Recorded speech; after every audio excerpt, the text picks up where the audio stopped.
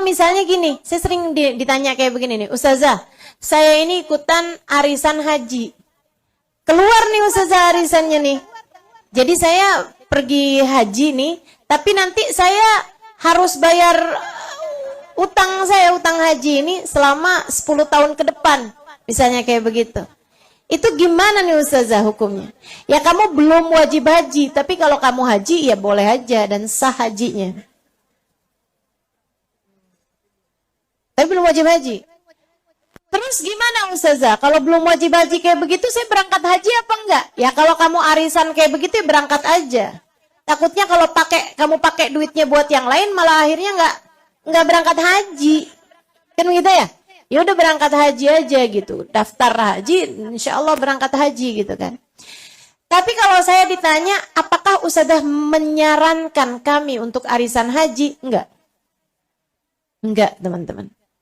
Yang saya sarankan adalah, kalau kamu memang orang yang bekerja selama ini dan punya kemampuan, maksudnya ada tabungan untuk kamu sisihkan dalam tahun-tahun ke depan, misalnya kayak 10 tahun dari kamu bekerja itu, kira-kiranya kamu bisa lah kalau nabung gitu ya, kamu bisa berangkat haji, daftar aja.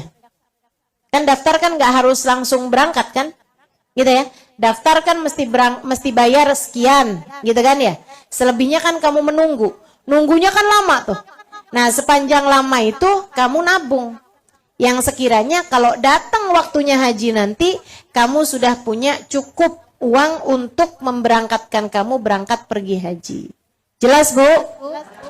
Jangan nggak daftar, sebaiknya kamu daftar, gitu kan? Kalau kamu memang punya tabungan itu, artinya kamu bekerja, gitu ya, yang kemudian kamu bisa memiliki cukup tabungan untuk bisa memberangkatkanmu pergi haji. Begitu. Nah kalau misalnya, Ustazah saya sih kerja enggak sih Ustazah, tapi suami saya itu ngasih saya bulanan yang cukup untuk saya nabung buat pergi haji gitu. Itu gimana Ustazah? Ya nabung kalau gitu dan daftar aja. Daftar aja. Kalau bisa sih memang suami kamu daftar sekalian mendaftarkan istrinya. Kan begitu ya? Sekalian mendaftarkan istrinya juga. Karena kan ibadah haji ini kan masih lama nih, kuotanya di negeri kita nih sampai berapa tahun gitu katanya? 20 tahun. 50 tahun. 30 tahun. Ini gimana sih, ini kok banyak perbedaan pendapat ulama, ini gimana nih?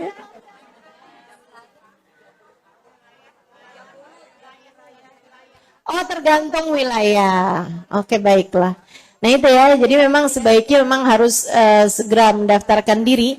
Bagi yang memiliki penghasilan, udah ribut. Nih yang ribut penyelenggara haji apa gimana nih? Udah nggak usah ribut-ribut ya. Teman-teman sih sekalian yang saya muliakan, itu saran saya. Karena memang orang tuh kalau dia mampu haji, terus nggak berangkat haji dan dia mati, ini masalah. Ini masalah. Man istata an yahuj falam yahuj famat, fa in sya'an yamut yahudiyan aw nasraniyya. Kata Nabi Muhammad alaihissalam, siapa yang mampu haji tapi nggak berangkat haji, kemudian dia mati, dia boleh mau milih mati Yahudi atau mati Nasrani.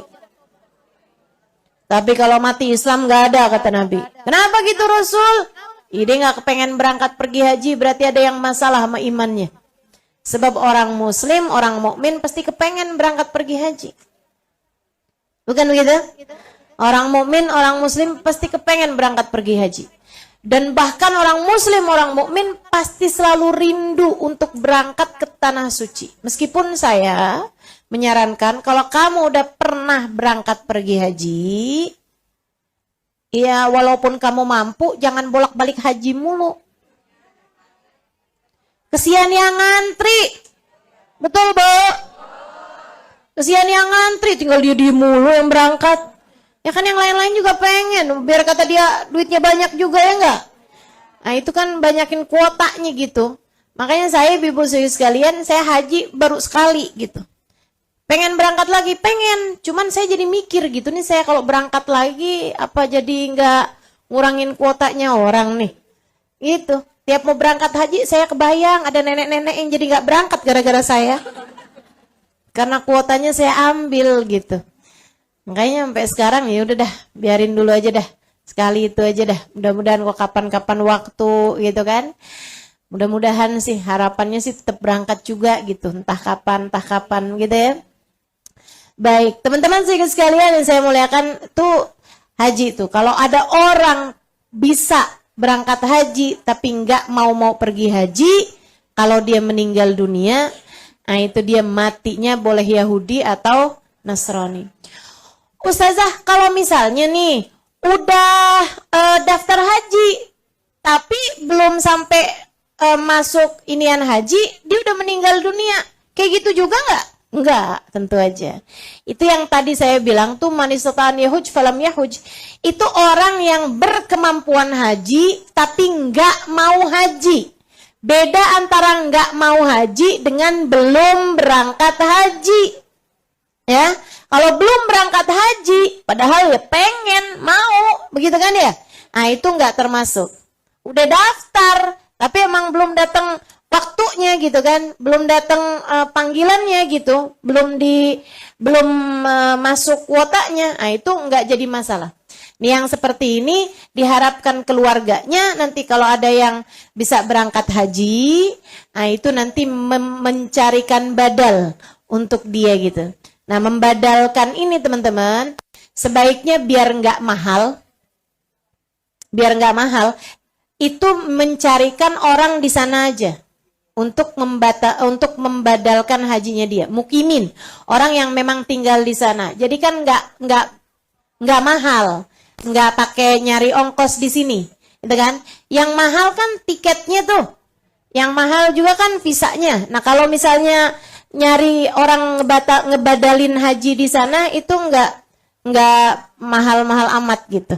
Nah itu mendingan seperti itu. Ustazah, kan lebih bagus berangkatin orang yang nggak mampu haji dari sini. Ya nggak bisa juga kayak begitu. Kenapa begitu?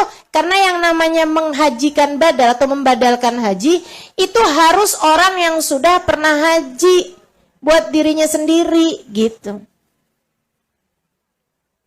Begitu. Jadi menurut saya sih lebih baik cari orang mukimin di sana gitu buat ngebadalin ibadah haji, gitu kan? Gitu ya. Wujuduz zat warahilah.